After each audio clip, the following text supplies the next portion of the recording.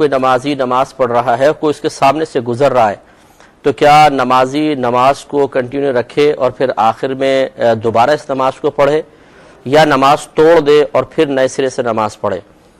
دیکھیے مسئلہ یہ ہے کہ اس میں دو صورتیں ہیں۔ پہلی بات تو یہ کنفرم مسئلہ ہے کہ اگر نمازی کے آگے سے کوئی شخص گزرے گا تو نمازی کی نماز پر کوئی فرق نہیں پڑے گا،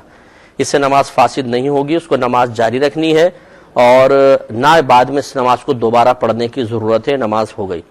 ہاں یہ ضرور ہے کہ اب یہ دیکھا جائے گا کہ کیا نمازی نے کسی ایسی جگہ نماز شروع کی تھی کہ اس کے سامنے سے لوگ نکلنے پر مجبور تھے، مثلا کہیں دروازے کے قریب نماز پڑھ رہا ہے، اس طرح کے لوگ سامنے سے لازم گزریں گے، تو ایسی صورت میں تو یہ نمازی گناہ گار ہوگا، اگرچہ ان لوگوں کو بھی احتیاط کرنی چاہیے تھی، لیکن اگر کوئی سترا نہیں ہے اور اس کے سامنے سے گزرنے بغیر کوئی چارہ بھی نہیں ہے تو اب تمام تر وبال اس نمازی پر ہوگا۔